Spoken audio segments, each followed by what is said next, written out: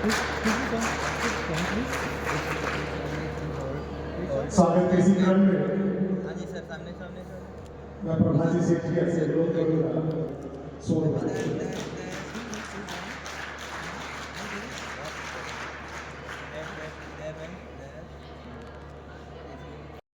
Ma'am सामने।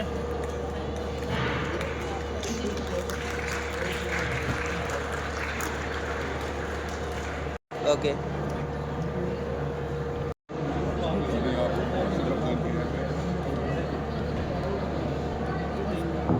राजकुमार जी भंडिया और राहुल रवि जी भंडिया का अमित जी बोलूंगा, उन दोनों से अनुरोध है कि इसी के प्रकार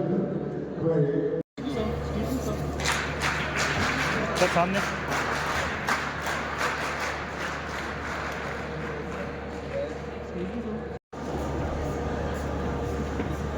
रवि जी भंडिया से अनुरोध है कि वो किसी चीज का भी इंफॉर्मेशन का सोर्स क्या था आज से 20 साल पहले। आज मैं एमपी हूँ, मेरे ग्रैंडफादर भी एमएलए हुआ करते थे, तो छोटी से 2 मिनट टाइम लेने को लगे, हालांकि मैंने इतना टाइम ले लिया मैंने, फिर भी 2 मिनट का टाइम हो गया। तो पब्लिक से कम्युनिकेट कैसे करें, पब्लिक के साथ कम्युनिकेशन को कैसे बनाया जाए, ये अगर आप एक बार आंख बंद कर लो और ये सोचो कि मोबाइल और टीवी अपने पास नहीं है तो माध्यम क्या रह जाएगा। तो मेरे ग्रैंडफादर 1980s में हर 15 डेज के अंदर अपना एक पेपर निकालते थे और पब्लिक एट लार्ज से हर बर्निंग इशू पे कम्युनिकेट करते, फिर वो पेपर गांव-गांव में बसों के थ्रू बांटे जाया करते थे। बच्चा जो पढ़ रहा था तो लाइब्रेरी हर जगह नहीं थी, अखबार की व्यूअरशिप बहुत कम थी, तो सोर्स ऑफ इंफॉर्मेशन लैक हो गया। पर जितना भी इंफॉर्मेशन था वो बड़ा सॉलिड था। आज की तारीख में सोर्स ऑफ इंफॉर्मेशन इतना है कि बहस ही कोई मिनटा में चैट जीपीटी कार्ड ना पसार देना और लड़ाई लड़ने लग जाओ। तो ये सोर्स ऑफ इंफॉर्मेशन तो बढ़ गया बहुत, पर सबसे बड़ी प्रॉब्लम आ गई है कि लैक ऑफ जजमेंट होगी, जजमेंट लेने की ताकत खत्म हो गई हमारी। हम किस पॉइंट के ऊपर किस इंफॉर्मेशन को, किस नॉलेज को जज करें, वो भाई ताकत खत्म हो गई है। हम रियल वर्ल्ड में आ गए हैं, रियल वर्ल्ड से दूर चले गए हैं। किसी ने भी कोई चीज डाल दी, अगर मेरे प्रति कोई बायस है, मैं कई के बाद मेरे सोशल मीडिया पे मेरे कमेंट्स जरूर पढ़ता हूँ। मैं कई बार सोचता हूँ कि वो ये बंदे ने जो कमेंट लिखा है वो सिर्फ इस बात के लिए लिखा है कि उसको मुझसे मेरे रंग से नफरत है, मेरे काम से नफरत नहीं है। ये समझ ही नहीं पाया कि मैं बोलना क्या चाहता हूँ। लिखनी है, कमेंट डालना है सिर्फ इस बात के लिए, ये बहुत ज्यादा डेंजरस है, ये बहुत ज्यादा डेंजरस है। और इसको नहीं अगर अपन सुधारेंगे तो अपनी सोसाइटी बड़ी फ्रेजाइल हो जाएगी। तो मेरा आप सबसे ये कहना है कि कॉलेज से भी मैं ये कहना चाहूँगा बच्चों, चाहे साइंस हो, चाहे कॉमर्स हो और चाहे आर्ट्स हो, ये 3 स्ट्रीम्स हैं। और अभी न्यू एजुकेशन पॉलिसी में हम स्किल्स को भी बहुत बढ़ावा दे रहे हैं।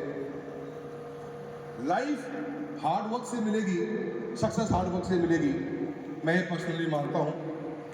साथ में ये आपका लर्निंग ग्राउंड है। एजुकेशन सिर्फ जॉब के लिए नहीं हो सकती, एजुकेशन होती है हाउ टू लिव लाइफ, वो भी हमें कुछ सीखने को मौका मिलता है। और ये प्लेटफॉर्म स्कूल और कॉलेजेस है। राइट लाइफ स्किल्स हो, राइट कैरियर अपॉर्चुनिटी हो, और ये जो आज का प्रोग्राम है, ये प्रोग्राम आपको वही दिशा देगा कि कौन सा कैरियर मेरे लिए क्या आएगा। और कोई ना कोई स्किल अपनी अवश्य सीखने की कोशिश करिए।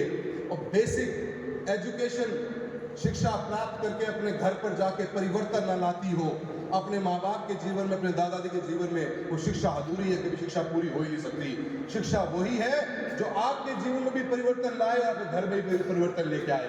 और इस बदलते हुए माहौल के अंदर मैं सबसे यही उम्मीद करना चाहूँगा, मैं बहुत विस्तार में भी मेरी काफ़ी सब्जेक्ट पर बोलने की इच्छा थी, पर समय का अभाव, मेरा प्रोग्राम रतनगढ़ में है। मैं उम्मीद करूँगा कमिश्नर साहब यहीं से इसको आगे बढ़ाएंगे। बच्चों, लाइफ में कुछ भी इम्पॉसिबल पॉसिबल है, अगर अपन सोचें कि इम्पॉसिबल है, कुछ नहीं है। राइट डायरेक्शन, राइट हार्डवर्क और राइट एटीट्यूड अगर नज़रिया हो तो मैं समझता हूँ कि इंसान कामयाब जरूर होता है। और लर्निंग स्कूल और कॉलेज तक बंद हो जाएगी, ये दिमाग से बात निकाल देना।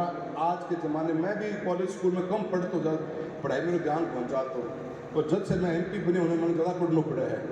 एक दिन में मैंने कई बार मैंने सुबह से शाम तक कई बार बहुत ज़्यादा रीडिंग करनी पड़ा है। कहते थे इसीलिए रीडिंग करते हैं, लर्न करते हैं, तो कमिश्नर साहब से भी लड़ाई झगड़ों करने में माना मज़ो आवे है, क्योंकि आप एग्जीक्यूटिव हो, हमारी कोशिश वही रहती है और लाइफ के अंदर लर्निंग चलती रहनी चाहिए।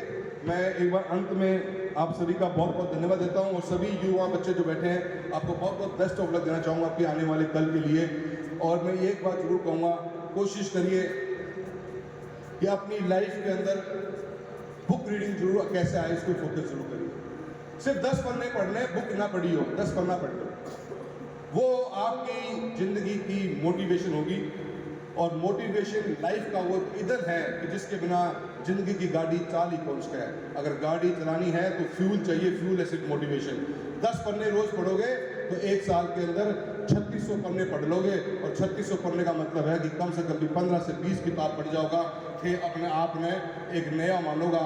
आज तारीख 11 हो गई है, नया साल शुरू हुए है, 58 सालों का, तो एक किताब अपने लिए अपनी ज़िंदगी को बदलने के लिए ज़रूर खरीदिए और शुरुआत यहीं से करिए। मुझे पूरा विश्वास है कि आप लोगों में ताकत है, एक भूख है, एक जज्बा है कुछ कर गुजरने का। सिर्फ नई दिशा चाहिए, राइट डायरेक्शन चाहिए और राइट मोटिवेशन चाहिए। और साथ ये सरदार शहीद नागरिक परिषद के जो मेरे सभी साथी हैं, मैं धन्यवाद देता हूँ कि आपने सरदार शहीद के अंदर शुरुआत करी है, इसको हर साल कंटिन्यू रखिए और ताकि बच्चों को एक नई दिशा मिले। सभी का बहुत बहुत धन्यवाद। जय हिंद, जय भारत।